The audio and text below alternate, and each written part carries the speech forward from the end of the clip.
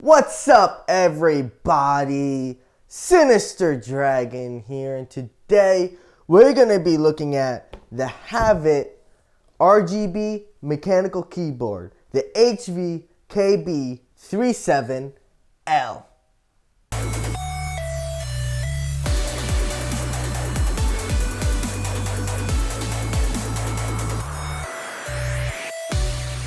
Alright guys, so the HV-KB378L is a mechanical keyboard from Havit.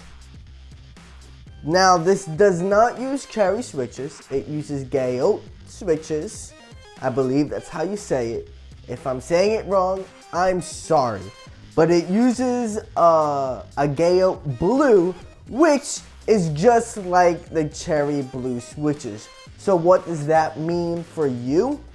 Well, these are the loud, almost the clicky switches. There's a hard noise halfway in the actuation point, and it's not variable. It always clicks in the same spot, so you know when to expect your button to actually register. So when it clicks, the button is registered. These are more traditional, like the clicky-clacky noise. The clicky noise would be the actuation point where the key is pressed halfway through its movement. And the clack noise is the key bottoming out. You really don't want to bottom out your keys. But before we really get into this, I do want to say thank you to Havit for sending this out. I really do appreciate it. And I just want to say thank you to them for providing this sample for me to review.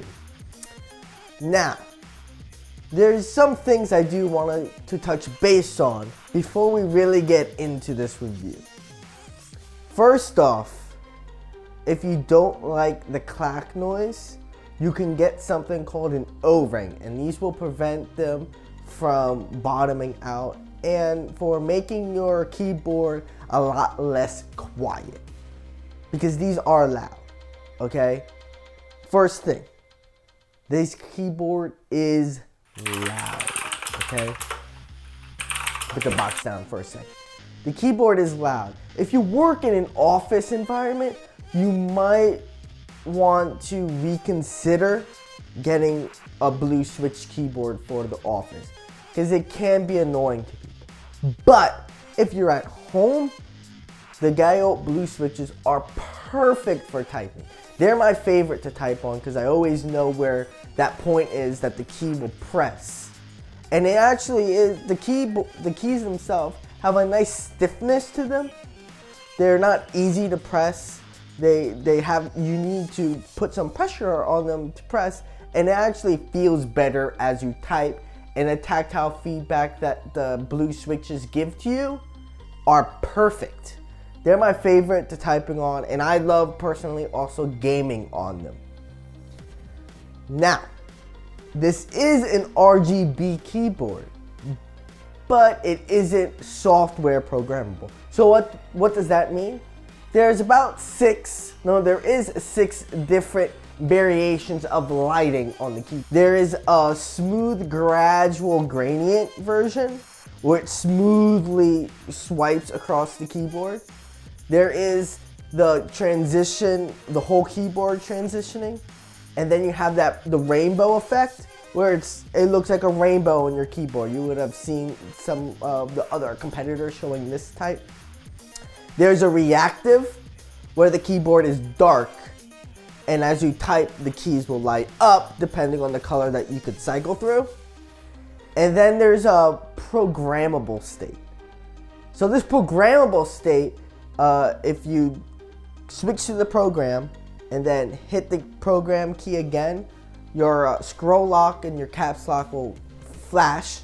And at this point, each time you touch a key, it will change colors. And you could program the keyboard to be any solid color scheme that you want, which is really cool. So none of the keyboard isn't programmable via software like the other competitors, but it is as you would say, programmable. You could customize the keyboard as you like, which is really cool. Personally, I like the rainbow effect. I think it looks really cool. And when I'm in my living room, I could see like a bar of lights going across from my desk. It looks really cool, personally. Also, let's talk about the build quality. So, taking it out of the packaging, I noticed that the wrist bar was made out of a sort of a glossy plastic. I kind of wish it wasn't glossy. I don't like glossy plastic. But then I also noticed that the keyboard cover is like an aluminum, and that I like that. It has a kind of a industrial feel to it, and it it has some weight. So the keyboard is heavy. I don't expect to see it moving around on top of any surface whatsoever. They do have feet on the bottom of the keyboard for you to prop it up just a little bit. And for a gaming keyboard, unfortunately, this really doesn't have any macro keys. So you won't be finding any macro keys. It does have like media keys in it. I would have liked to see maybe a row to the side of macro keys that you could program.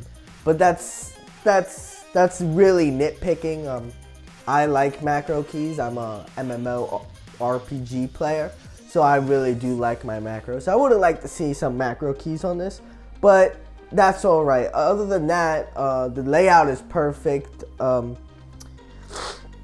Really can't complain. No macro keys, unfortunately, but other than that, I have been really enjoying this keyboard. I've been using it as my daily driver over my other Havit keyboard. Also, one thing to note that I thought was a weird decision on Havit's part, it's not a braided USB cable. Unfortunately, it's just like a regular USB cable.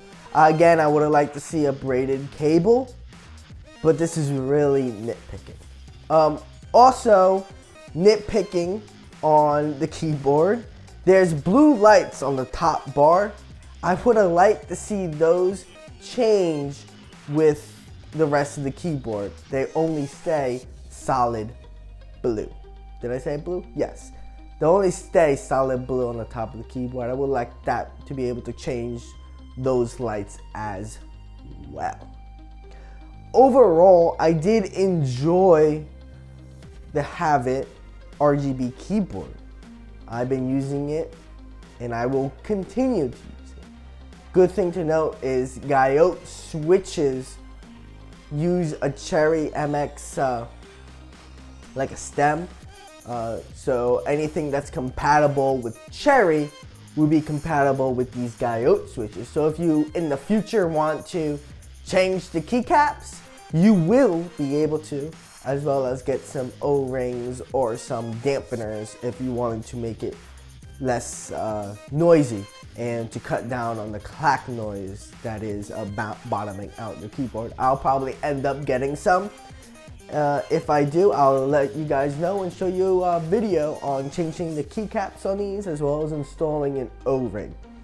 I do like how each key is individually lit with its own dedicated LED light. So that's really good to see. They didn't spare no expense on the keys and the keyboard itself. So that's good. Again, I would have liked to see a matte black instead of the glossy black, as well as changing the lights. But overall, the whole package is phenomenal.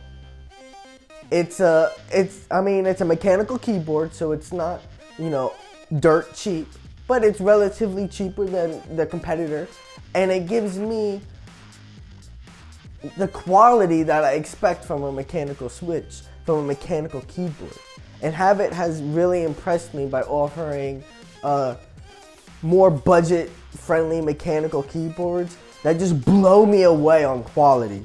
So I'm really enjoying the Havit keyboard. I definitely would recommend the Havit keyboard to everyone to use. So I hope you guys enjoyed this review. And I'll see you guys on the next video. If you enjoyed this review, go ahead and smack that like button. If you didn't, you know what to do. It helps me out. leave a comment down below if you use a mechanical keyboard, and tell me what brand and what make you use in the comments down below. If you're not subscribed, go ahead and subscribe. I appreciate it a lot. And go ahead and share this video with all your friends. It helps me and it helps you. I don't know how it helps you, but it will. So I don't know how to talk. I'll catch you guys in the next video. Take care, be safe, and peace out.